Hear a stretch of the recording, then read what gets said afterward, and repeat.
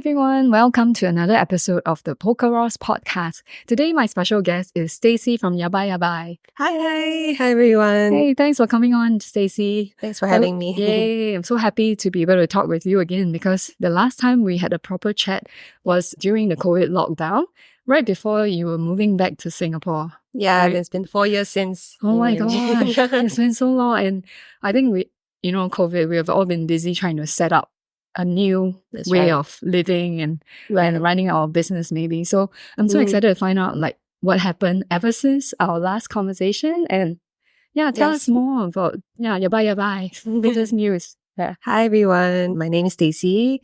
And so just to give you a bit of context, I met Ross in Japan when we were both living there. And we've kept in touch ever since. Now I'm a textile designer.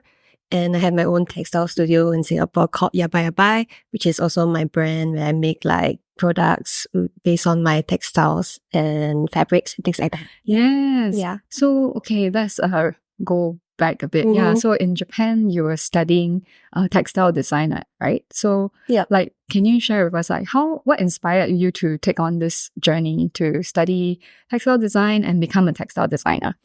So I was actually a graphic designer. I was a graphic design student when I was in Singapore, and I just always was fascinated with object making. Mm-hmm. I just didn't know what the correct term was for it. So I enjoyed design for sure, but I do not know like how I could translate design onto like plates or like, I don't know, trays or even like sculptures, things like that. Like part of me wanted to learn more about that. And that's where I got into surface design. Mm-hmm. And surface design was just an application of design on objects itself.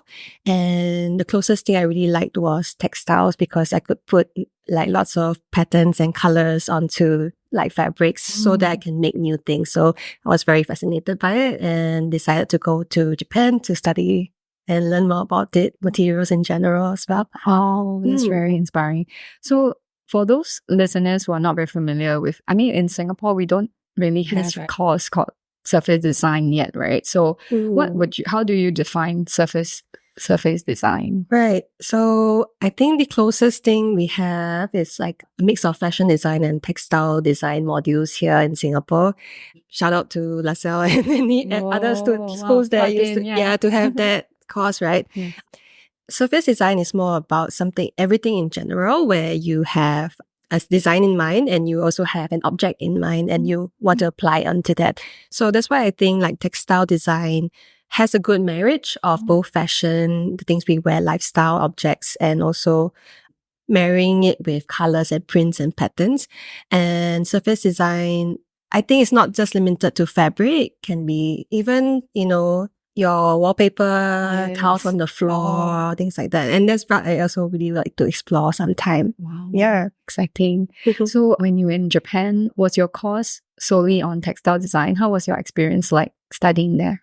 So intense. I actually started off wanting to go into a university that was specializing in just textiles, but I decided to go to Bunka Fashion College instead, where we were drilled to learn how to use the sewing machine, how to make our own clothes as well. So besides learning about textile design techniques like dyeing, weaving, and also making our own digital patterns, we also had to learn how to sew and make fashion apparel products, which was really good because I still hone it. I still like use it until this day, and I love making clothes for myself now. That's a great skill to have. And in fact, I'm also wearing one of Yabai Yabai's creations today. I'm so excited. Yeah, so lovely. Yeah. Thank you for wearing it. Yes. Okay, we'll get into your process in a bit. But how did like studying in Japan and the Japan culture, did it influence your work like now?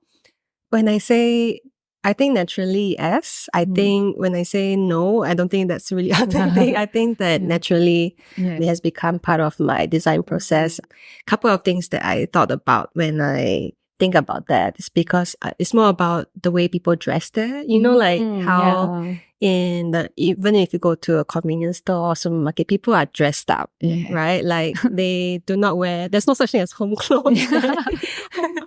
Home clothes is it uniquely Singaporean? I don't know actually. Would love to know. Basically where I stay in the heartland in Singapore, right? So I'm very used to the idea of having home clothes and going out clothes. Yes. And there's no such thing when I was there in Japan. People wear makeup, people dress in, there's always good hair days and they always make an effort to dress up. And that's why I thought that inspired me, or actually slowly influenced me to be like, okay, let's dress up and let's make things that people enjoy wearing out, even if it's in their daily life. And also things like the way they see colors and patterns, even if it's simple ones, really help me influence my current designs as of today. Yes. Yeah. And I also know that you were, after graduation, you worked in Japan as well, right? Did that working experience also taught you some things about, Yeah. I think I came into the Japanese workforce as a really fresh student mindset in the sense that I would really love like making colorful things, very impactful, visually impactful things. But when you get into a company, you start needing to understand like what the market wants. yes. And it tends to be actually really interesting because the colors that we tend to like in Singapore or in maybe warmer climates are so different from Japan because they have 4 seasons. So they think really differently. And for example, I had to understand that they really love simple patterns like dots. And million variations of dots, which is good because that challenges us to make more dot patterns that were interesting. Right. And the limitations to the kind of colors that they like, and also expanding on the possibilities of just marrying these two together. So I went in and did some patterns. I was part of the design department in a textile company.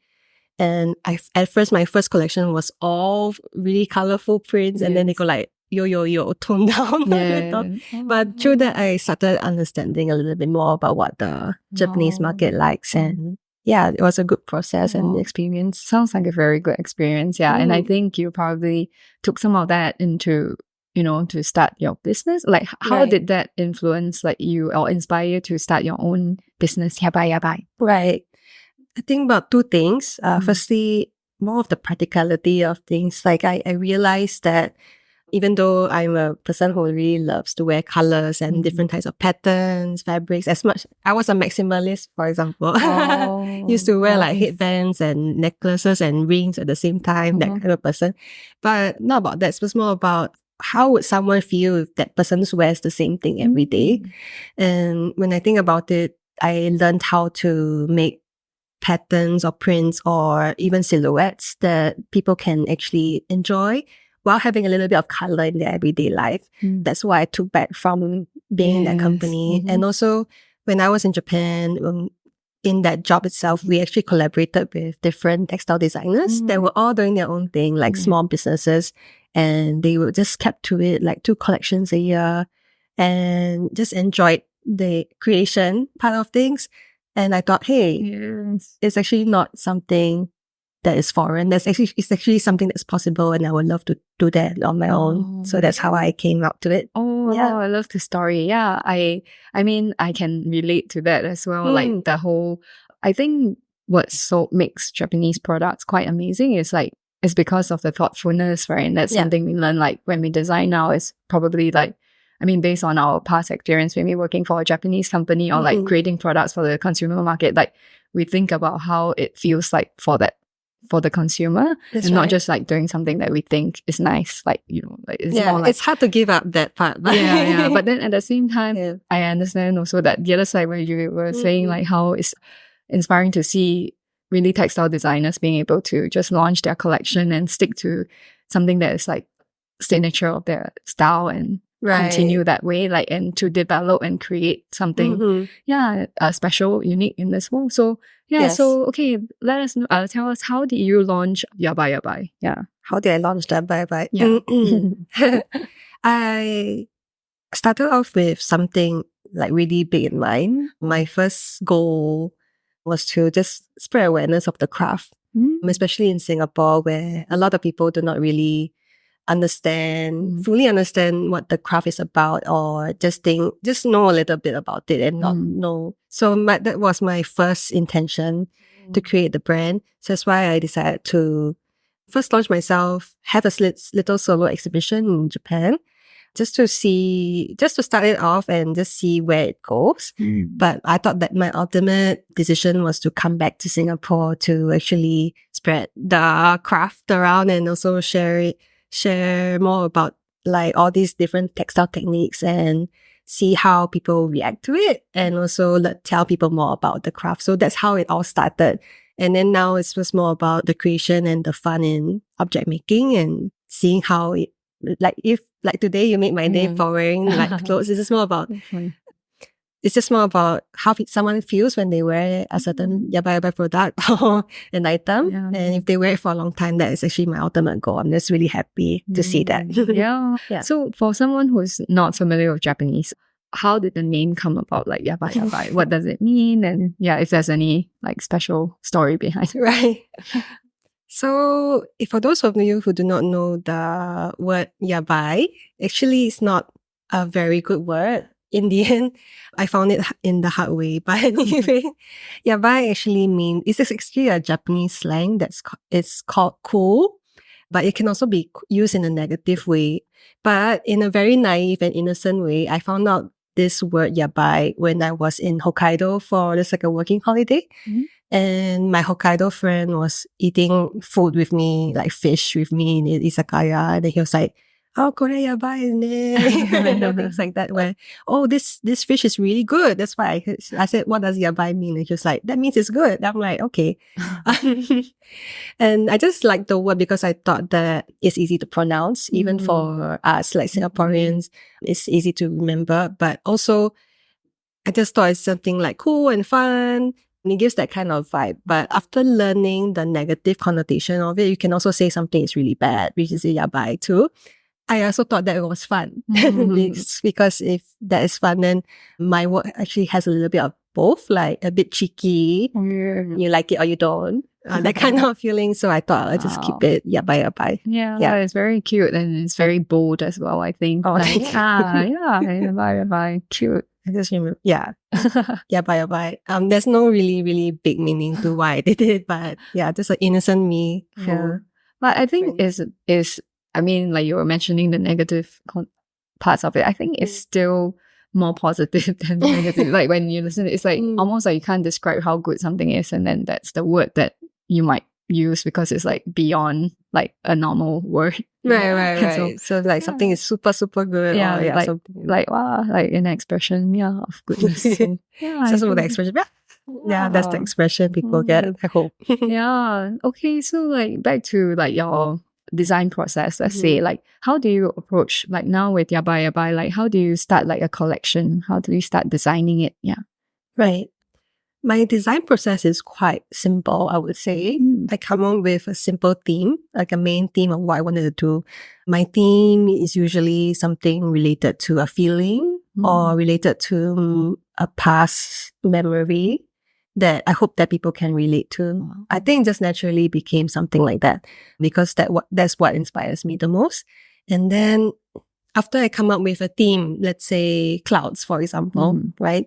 And I come up with the kind of items I want to make. So actually I work backwards. Instead of coming up with the prints and patterns first, I thought about what kind of items I want to make. Like, for example, is it clothes I want to make, or is it kitchenware? Is it lifestyle?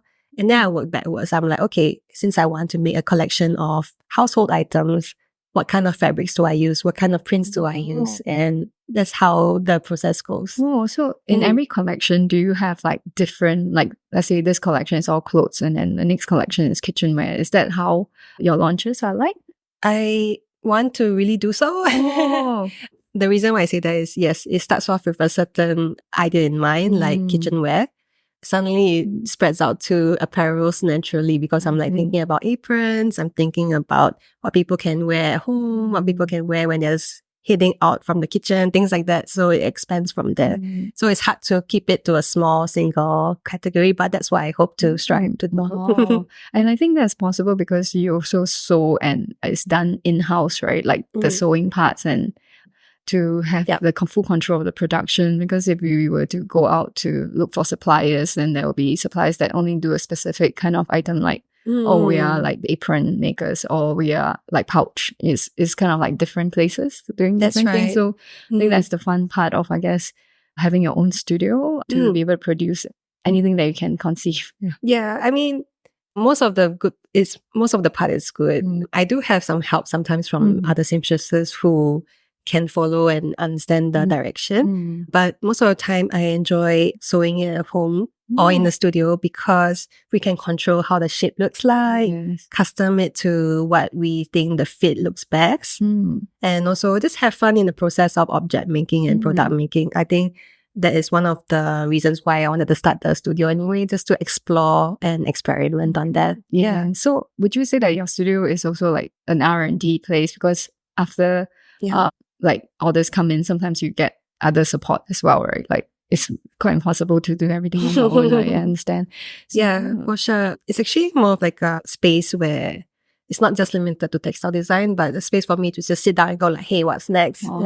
Let's try something cool, or let's just chill and see how the flow goes, you know? So it's actually a space for me to just clear my headspace and go like, let's try out something new. Yeah. So it's actually a restart and a space for me to make new things, and also in the future, hopefully, have more people to come over and be like learning more about the process of textile design. That's one of the things I hope to do in future. Like having workshops or like just some hands-on experience for your...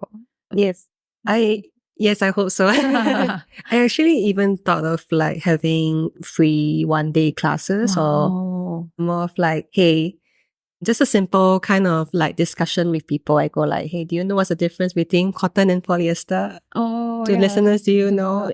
I'd love to talk more about like the differences and how people can use different things in their daily life, and hopefully that is something beneficial for them if they learn a bit more about materials. Wow. So just now you were saying that if you decide on doing like a kitchenware kind of collection, then you decide that's how you determine the materials that you choose. So how is the sourcing of the material like for you, like, in your process? Yeah. I come up with some sort of a boundary in the sense that I try to keep it to natural materials. So, for example, cotton, linen, tencel, the like. And then I think about, in that realm itself, there's already so many materials. So when I do my own prints, I actually work with some textile makers from Japan and Indonesia that has a good selection of natural materials from like very thin and sheer fabrics. And that will be good for things like scarves. What else? Things like handkerchiefs, for example. Down to like something as thick as canvas, more hard wearing. And that can be used for bags as well. So when I think about product, I was like, okay, a bag will, the fabric will definitely be different from a top itself. For example, the top needs to be thinner and more comfortable.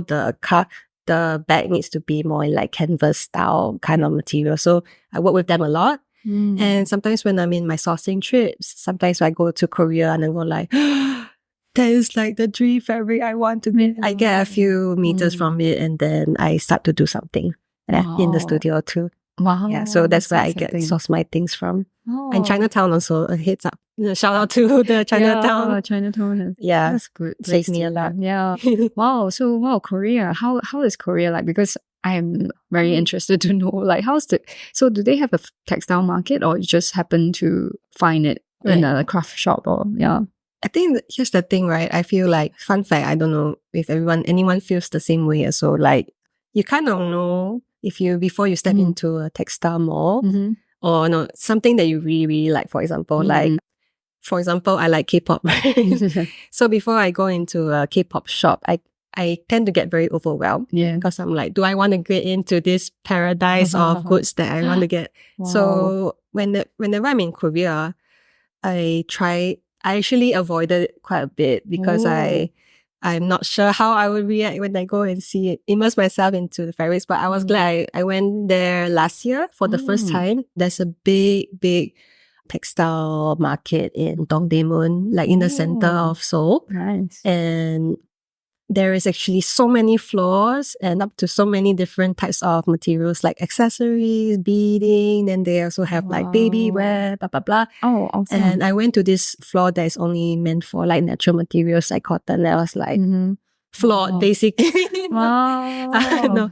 And there were so many materials that I have never seen in my life. And they were actually always innovating. There's a lot. The textile industry market there is still like very, it's flourishing basically. And I think that they're always experimenting on new products. So I was glad I went there and like took a lot of back in terms of like knowledge or understanding. Oh wow, this actually can be done that way. There's actually this technique. There's actually this material. I got really excited. So that's very interesting. Fact, I guess for anyone who is interested, in fabrics and all that, Korea has like such a kind of advanced textile market where you can actually learn and see new innovation because it's such a long, it has been around, right?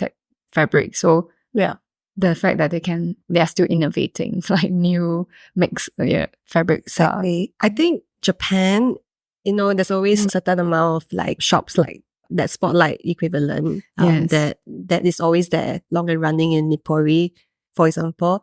And that's great and all because you get to see what kind of patterns they like and things like that. But when I go to the Dongdaemun market, there's a different kind of stimulation. I'm not saying both is equally bad or worse. It's just like, both of them are great. And if you have time and you like fabrics, feel free to go to any country and check out their textile market because all of them are different. Yeah. Oh, that's very interesting. Yeah. And very good information.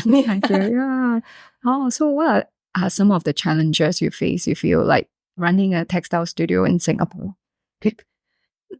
I think the first challenge I had since the beginning was people coming up to me and go like, what's textile? Maybe there are people still, even down to my family members, they go like, I don't know what you're doing. You're doing fashion or you mean you're doing graphics like onto fabrics? Like, what do you mean? And that took me maybe about 2-3 years I was like, okay, if it's difficult for people to understand what I'm doing, what the textile studio is doing at first, I need to show them. And the first 2 collections was based on that. I'm like, let's show people what I mean. Come enjoy and come into the world of textiles through the collections. Like even something very simple like applying fabrics onto tote bags, applying fabrics onto very small pouches. See, this is what you can actually do with textiles and fabrics, blah, blah, blah. Then after that, the challenge right now is once now, like people start to understand what the textile studio can do. We had a good run and had collaborations with some brands. More people understood like, okay, the textile studio we can collaborate with them like this. And it's been great. Now my current challenge is keep actually staying consistent, making my own collections, while staying independent and not having much help because manpower, venue hire, all these are really expensive rental fee. So my current challenge is that I need to stay consistent, continue making and not demoralize myself. Yeah, just keep on working and staying strong despite all the limitations that we might have in this country. Yes. It's definitely quite an expensive place to run craft or art business, right? Because like rent is high and overhead and all that stuff. So I can totally understand. But at the same time, I think it's a great time, like looking back at when we first started, like when we first came out of poly and then like when people really had no idea what a craft is, or like that kind of the value of craft. Right. I feel like now it's a very different time where people will actually appreciate and want something that is handmade and special. So I think it's a great time to be, actually it is a lot better now and it's a great time to be doing craft and sharing it with like more and more people. Definitely. I think maybe background story that we teach, right? Yes. So we teach students and I think they are the ones that have been inspiring me to keep going because people are just like, really young, and then just studying their beading and accessories and crochet making, which is really inspiring because they like, I don't really care if I do not have a physical shop, I'm just gonna do what I want. And I really like that drive and inspiration. So that really keeps me going. So thanks. Yes, thanks the students definitely inspire us back. Right? Like, yeah, definitely. Or like us, I mean, it helped me to relook like the things I do. So from that new fresh approach. Agree. Yeah. Like, for example, how do you feel like, do they come After back teaching, with you and like discuss about? I think it's more like when we're teaching, then we try to, explain like, how you should approach things to inspire. Then when you're saying all these things and you come back and look at your business, I should be relooking at it as well myself, That's true. Not just be a sayer, but like do it as well. So then I think it helped me like, like my website, see it differently. Like how would I advise a student? And then now I'm advising myself in my head, okay, need to revamp it or something, Definitely. So, it's a good reminder for ourselves as well to change things. Because to update, right? Because I guess when we started, it was a while ago. Just got to keep updating. Like everything is happening. Like things change on social media. Everything is all the new stuff. We need to keep to date. With for all sure. that. You just have to keep on going. Because So I see that you have been doing some very fun collaborations. Can you share some of the latest collaborations with us? Yeah, sure. Should I bring up some stuff? Yeah, maybe. Yay. Maybe the latest collaboration that I have is with Sankaku and Maruhiro, which is actually a ceramic ware in Japan. Wow. Maybe I should show it to you. Yeah. So Stacy brought a very cute ramen bowl. Yeah. Wow, nice. We made a custom ramen bowl. It was actually a 3-way collaboration with Sankaku, who is actually a collective that does certain volume every year. So this last year, their volume was called Ramen, and they were collaborating with like different kinds of writers and designers about the theme ramen, and we collaborated together with them to make a ramen bowl that is exclusive to this volume. So just to give you people who cannot see it live, it's actually a ceramic ware that is actually a ramen bowl that's fit for noodles. Actually, this shape is actually for noodles. You can have instant noodles or cook your own noodles on it if you want, dry or cold. And it has like a dragon print on it and sort of like a traditional modern kind of twist to ramen bowl itself. It's a bit like a classic ramen bowl, right? When you go to the chuka, like a Chinese style ramen place in Japan. So it's very classic designs, and like you have all these lines that, it's like one look, it's meant for ramen. And these designs are also a modern take on the dragons and the traditional ramen bowl, right? So cute. Thank you. Then you have the Sankaku. Yeah, so this branding. We kind of wanted to keep them. How would it look like if we had our own ramen shop? That was the main theme. And when we went over to Nagasaki, which is where this ramen bowl was made under Hasami Ware, we found out that the Maruhiro founder, the young boss, actually likes skateboarding. And we wanted to just add a little bit of his element into it. So the dragon is actually skateboarding right which is so special. That you cannot find in any other ramen shop for sure. And this was one of the first examples of being like, we want to try and challenge a new medium, and we want to also apply things onto different designs. So it's not just fabrics, we could try out different things together. So this was a really interesting collaboration. How did this collaboration start, and how did you guys how did the process work for such a collaboration? The collaboration was really interesting of how it started. I was at KL Art Book Fair 2 years ago. And my Malaysian friend was like, hey, I want you to meet someone for coffee. And then we hit it off. I hit it off with one of the collective members called David. And David and I were just talking about how our life was like living in Japan. He still lives there. And we were like, hey, let's do something fun together and let's take something cool. And we came to this and we were like, we want something to go with the book, but we also want to collaborate with you and use your knowledge of surface design or how to apply things onto the objects. how about a ramen bowl? And then that's how we started. But we had a lot of challenges in the beginning because it's a new medium. There are some limitations as to what we can do and what we can't. Whether we want everything to be hand painted, that will be costly. Whether we want it to be tensure, which is like, applying using seals and baking them. So I think it's probably similar to you in your process where you need to find out how you want your design to be, a glaze and everything. Yes. So the glaze, what can and what cannot happen. Even this orange, you can see in the video or you can see in the pictures that I'm sharing on Instagram. The orange was custom to this bowl. It was quite hard to find. To achieve. Yeah. So the original color wasn't like this in the first place. So you do a lot of experimentation. And we decided to keep a more natural kind of dot. You can see the natural grains, we'll say grains, of the bowl. So we were happy of how it turned out. So how many rounds of sampling did it take to get here? I cannot count. Really? Wow. No, for sure. I mean, in the beginning, they were just like very light samples. So like, this like is what the glaze will look like. Glaze. Okay. Yeah, but when it came to this, maybe we experimented minimally five different kinds of how bowls, and then we see how it looks like. Because sometimes the designs like the dragon is too big or too small. We actually had to tweak it. And we did it all in Nagasaki where they gave us like stickers and then we just pasted and see how it looked like. So it was a good experiment. Oh yeah, that's a good way to find the right scale, right? Just to do the mock-up first. Wow.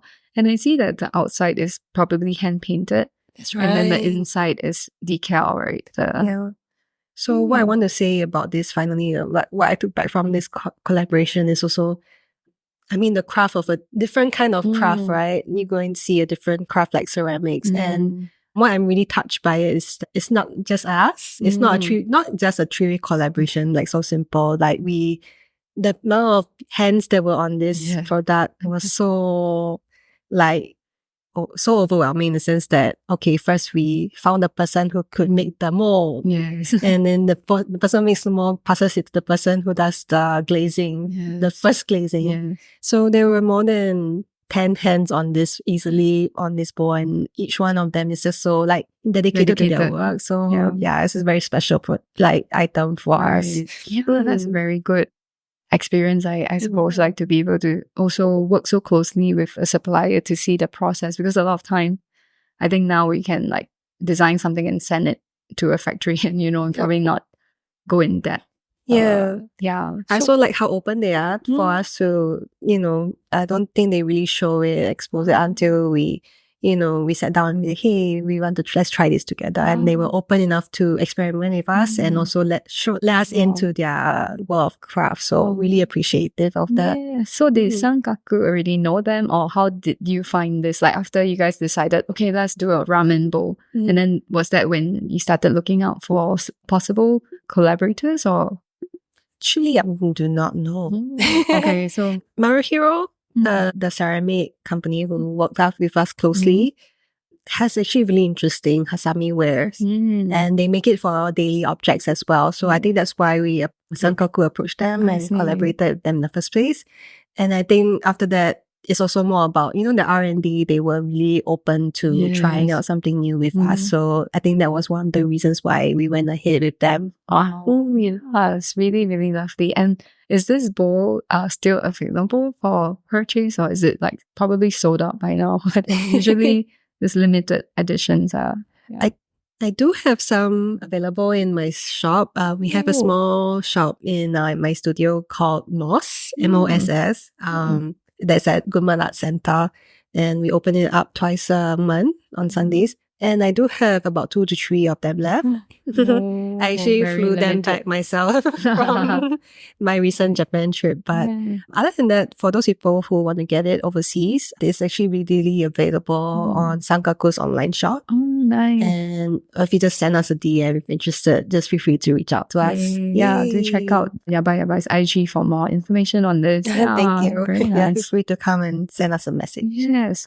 Okay, so I see that you also brought us some other pieces today that from your previous collection. If there's any work that you can share with us, like the themes and the prints. Yeah.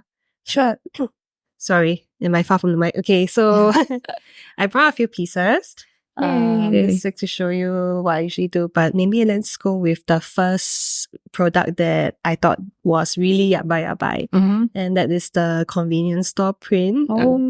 This was two or three collections ago. This is nice convenience store print, right? Oh, that's so cute. I think maybe this was during COVID time. This print is filled with lots of colors and motifs of what you can see in a convenience store in Japan. And I feel like because it was during COVID time, many people reminisce together and me like, oh, I want to go to we couldn't go overseas and we were like, really want to go to a convenience store. And convenience store was basically my life when I was a Japanese student in Japan. So I came up with different kind of colors and things that actually made my day in the convenience store, like Fami chicken, Family Mart chicken, for example, like onigiri, soft serves, little things in life that I think that I thought really made my day when it's convenient. Made a abstract kind of print on it. So this was made in the shirt style so that both genders or all genders can actually wear it and enjoy it. So this was one of my favorite first few prints that I thought, okay, this is where I want to go as my direction. Yes, this is really cool. Thank you. I love it. Is it still available? It's probably you don't have anymore. It is now an archive. Archive, right? Yeah. An archive print. So I still have it as a sample in my my studio. So if anyone wants to come and take a look, feel free to come and see. I'm just curious, like the overlapping colors, right? Is done in the artwork or was it like the print? Oh, it was overlapped only after. Yeah. So I drew. There's a couple of layers on this. So I had like the basic motifs drawn first, which is like the food motifs. And then I overlay it with like more abstract kind of shapes with textures on them. So to sort of also look like a risograph kind of print. Like is this silk screen? No, actually it's digital print. Oh, okay. Yeah, the colors from it came out really well. Yeah. So yeah, sort of, I understand why you think it looks like digital silk screen because like it's overlapping to create that green because it like the blue and yellow created a nice green. So it looked very, Yeah, so kind of wanted to have that look. I think when I work with the printers, they did it really well to have to achieve sort of more of a hand-drawn kind of look. So and what material is this? This is cotton twill. It's actually quite a soft cotton twill that's comfortable. Yeah. Yes. Very nice. Yay. So that's the first piece kind of from your early collection. Yes. And what I'm wearing and what Ross is wearing. Yeah. Oh, is this also from the same collection? Oh, this was the same collection as the convenience store. And this was one of the times where I realized Ross is wearing bundle print that's white and black only. And actually, the word bundle comes from rubber bands. Okay, in Japanese, bundle. And actually reminds me of just like the shapes of rubber bands in general. When I thought about skipping rope when I was in primary school. Did you do that? 0 point. Is it called 0 point? Oh no, that's the one where you make skipping rope rings, rubber right? bands. And then you have to jump over it like. Oh, yeah, we did that too. I don't know what it's called. Yeah, but apparently in Japan, they do play with that as well. Oh, they do? Yeah, it's very similar. They have a very similar game as well as us. Right. Yeah. So the different shapes of how a rubber band can be like was the inspiration behind this print. And I think because of the simplicity of it, that it was quite well received. So people were either fans of convenience store print or something as simple as the bundle print. So that was a very interesting kind of take for me. Yeah. I'm like, whoa, okay. Very different. Like, I mean, in a way, it's quite like opposite end. But it's still it's still yabai yabai to me. Yeah. Oh, thank you so much. Yeah. I'm happy to hear that. I kind of, like the subtle meaning behind things. So I'm wearing a pasta shirt. Pasta la vista shirt. Pasta la vista. Cute name. Thank you. It's actually my first reversible 2-colorway kind of print. I wanted to play on the mix and matching of 2 very simple color schemes and then mixing it up and seeing how the shapes will go. So I'm wearing crop shirt that I made that has different kinds of macaroni shapes on it. Something simple in the sense that, but yeah, also visually you can understand, just sort of like trigger you and be like, oh, It's it's a pasta. pasta, Yeah. but it's also actually a print. So this is something fun that I tried to make. I also brought 2 more prints over here that I thought had a little story behind them. So this was the Negi print, the study of Negi, that's the title. And I worked with sort of like more linen style kind of texture to it. And the reason why I made a spring onion or Negi print, or is it leek? Leek, Spring I think. onion, Yeah, sorry. leek, you're right. Yeah, so of leeks is because I thought that I wanted to share the story of how I wasn't able to cook until I was 23. When I first moved into Japan, I couldn't cook at all. My first miso soup was a disaster. And Negi was actually how I started learning more about it. It makes everything taste nice. So started cutting negi and putting it into different kinds of food like nabe, like hot pot.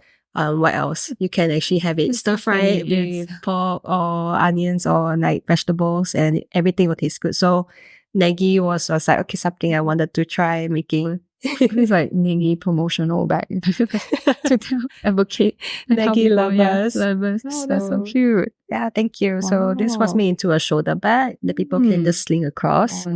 Yeah. So did you sew all these on your own in the studio? That's amazing. Yes, I did. I did have a bit of help last year. Yeah. Yes, we try to do everything in-house as much as we can. And just try out different shapes. So the shoulder bag, this was the first pattern that we tried something new as well. Yeah. And finally, I had another one of my favorite prints last year in my previous collection. It was the inner child print. Wow, yeah. This one is very iconic. Right? So so this is actually a dress. Actually, maybe I might have some extra. Wow. So the inner child print is actually, I think when we discussed today about the podcast, like during the podcast, it's just more about not losing yourself.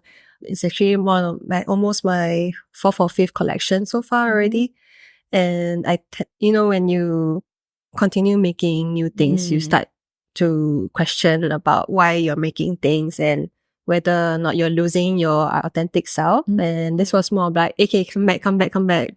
This is me. And this is what I hope people perceive the brand as or me as. So come up with all the colorful shapes and showing my personality. So basically, so this is why I wanted to make this print. Full of colors and shapes. It's like the essence of Yabai Yabai. Yes, dress. So it's very lovely. It's a very nice, bright, colorful dress, but with black background. So it kind of, I don't know, tones it down a bit so you can wear it almost anywhere, I feel. Oh, thank you. Yeah. Very versatile and yet can show personality. Show your inner child. Don't forget it. Even as an adult, yes. That's what we need. It's so nice. Wow, thank you for bringing all these pieces and sharing with us. Yeah, it's amazing that you're able to fabric is one thing after designing, but to be able to sew and make them into something wearable and usable, like right in your own studio, I think that opens up so many possibilities and it's endless, right? Like what you can create. Exactly. And I think the ability to sew is just so amazing. I mean, it's like the thing is that I studied textile design as well, but we were really concentrating on textile design. So sewing wasn't a big thing. So we could learn it on our own.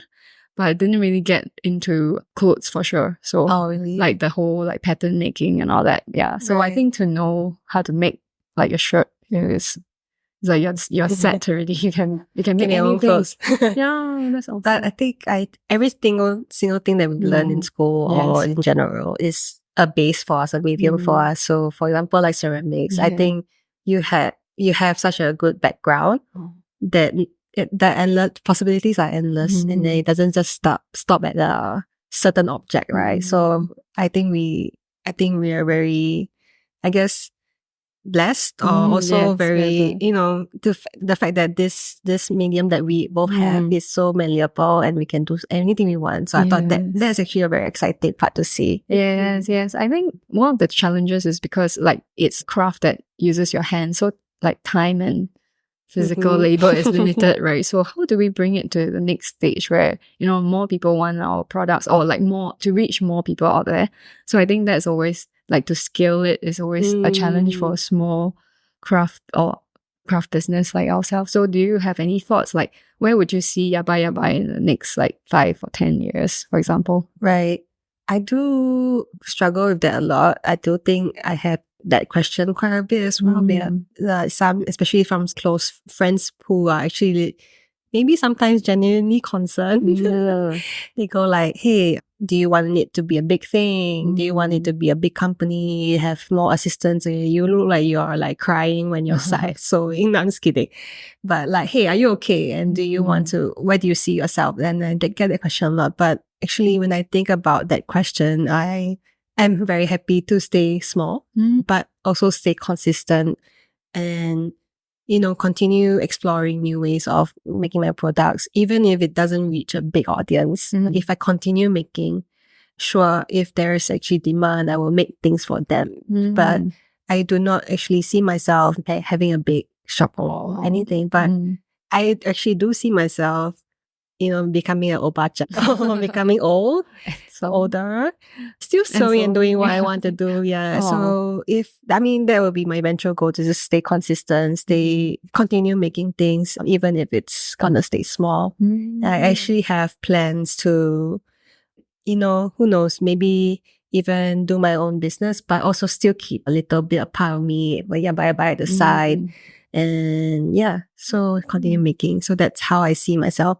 And I don't really feel the pressure to want to scale up, because I think that's something I realize I'm actually a bit afraid of doing as well. So not ability to control something, like in terms of exploring the object making, throws me off a little bit. So I'm still struggling with that. But then how do you feel?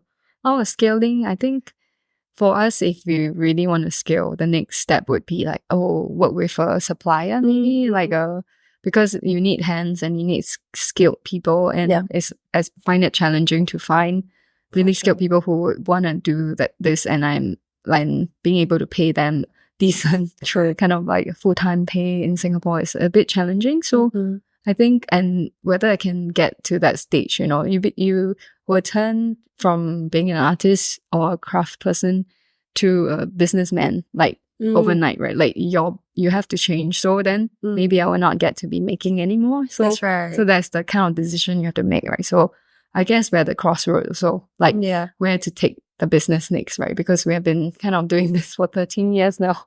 Wow. 13 years. 13. Wow. But then I wouldn't say that it's, I've been doing it full force for 13 years. I think during COVID, when that's when we got our first like physical studio, and then things got real. Like so real adulting decision. Yes. So it got more intense in the recent years. But I think it's been good, and trying new things as well. Like now there's Patreon option, which is like to be able to reach wider audience and to share your craft, share your vision, and your love for, all these like maybe prints and stuff. That can be another door they can try. I feel bad though sometimes, like because I'm actually in the process of making a new collection, but that buffer time when I'm making, I don't really have time to engage on social media. So I feel like people might be thinking like, hey, are you okay? Like I don't see you updating much anymore. But actually it's because I'm in the process of making something new. So I think Patreon is one of the good portals that you could actually engage well with your subscribers or people who really enjoy your work. So and it's like it's more, you can share more personal things, because we know these like your closer group of community, like who understands like your struggles, or so I find that's a good place to share. So I can think like consider that. Think about that. So usually towards the end of our podcast, we ask our guests this question: if you had to choose like one craft that you would bring with you on a deserted island, what would that be? Wow. Yeah. Wait, in the deserted island, am I surviving there? You have food and everything else, but like let's say craft, like what is that one craft you love so much that you need, like you would like to have? think the first thing that comes to mind is weaving. Oh. So it's, for example, like even weaving this a quick like a tapestry or something. Imagine you just need yarn, or you can actually source out anything in the island, right? Let's say seaweed. Let's say you can actually use some twine or find out like leaves. And the good thing about weaving is that you could just make something out of nothing. You could, and I'm thinking, survival skills, right? I can actually weave out maybe clothes for myself to keep myself warm, or, you know, make a tent if I really want to. Either that or sewing kit. I'm not sure which one, but I think weaving will be more fun because it is time consuming. So time will pass really quickly until I get help. Yes, and it's also very therapeutic, right? Yes, like, exactly. Like, quite mindless and therapeutic. You can just like meditate while you do that. So and then you can source for new materials. You never know, like the hair or this kind of coconut might be something interesting. For sure. Like the bark and all that. And then fiber that you will discover. I think weaving might be my choice to go to and then make something interesting out. And also, if I'm on the island, I can actually concentrate and do that because I feel like I'm so distracted to do weaving right now. In real life, I hit space. So maybe the deserted island might be a good idea. Leave. Yeah, maybe ultimately that's what you've always wanted to do, but distractions. Really, I do enjoy weaving, and I just wish I had enough just hit space and just in space in general as well to do something. To go back to it. Yeah, I understand. Like, it's really fun, and it's always like we put it aside, right? Because it just takes so long to do something. So maybe next time I will pick it up. Let's stay on the deserted island together to weave. Create this really nice tapestry. Oh my gosh. SOS. Very, very cool one that you can see from above. Wow, the most aesthetic SOS ever. Sure. That's nice. So true. Oh, that's a fun answer from Stacy today. Okay, so thank you so much for coming on today. I think we're coming towards the end of our podcast. Is there any upcoming collaborations or launches, collections that you would like to share with our listeners? Yes, I'm excited to announce we will be coming out with a new collection. Yay. Hopefully launching in really soon, next few months. And this collection, so I just gave a little bit of a spoiler just now. I just realized I'll be focusing on kitchenware, like kitchen things. So I'm excited to actually share that. And at the same time, I'm actually launching a new collaboration brand with one of my friends. We are from two different mediums, but we are trying out to make something interesting, like a new brand together. A new brand together? Wow. Yeah. So that is actually a little bit separate from Yabai Yabai, but also similar, something that both of us enjoy and can't wait to share one. So we'll be launching them at the same time. Oh, in the upcoming months. That's right. So stay tuned. And can we expect to see any, besides textiles, would there be different mediums and like different products coming up? Let's say that, textiles like Yabai Yabai collection things are definitely more made by hand, and also like, shows more about the patterns and prints. But this time the collaboration brand is a very different direction. That is actually more about lifestyle and, how do I say this? Like things that people actually will wear. I don't know, to give a hint. It's actually something related to sports. So that's so fun. We are just trying to experiment on that and see how people react to it. Wow, looking forward to it. So we will also be able to see that announcement officially on Yabai Yabai when it's out, right? That's where you will be announcing even the new brand, collaborative brand. We will be doing that soon, and also having a new account, Instagram account for the next brand as well. So we'll definitely be sharing. Wow. And definitely we will have pop-up. So we're inviting everyone in the world to just come and see us. Okay, please come. You're free to come and just see the contrast of both brands, and also just come and enjoy it and fun. Wow. Yeah. Really looking forward to it. It sounds like a very, very big launch that will be coming up. So look out for the announcement on Yabai Yabai's IG.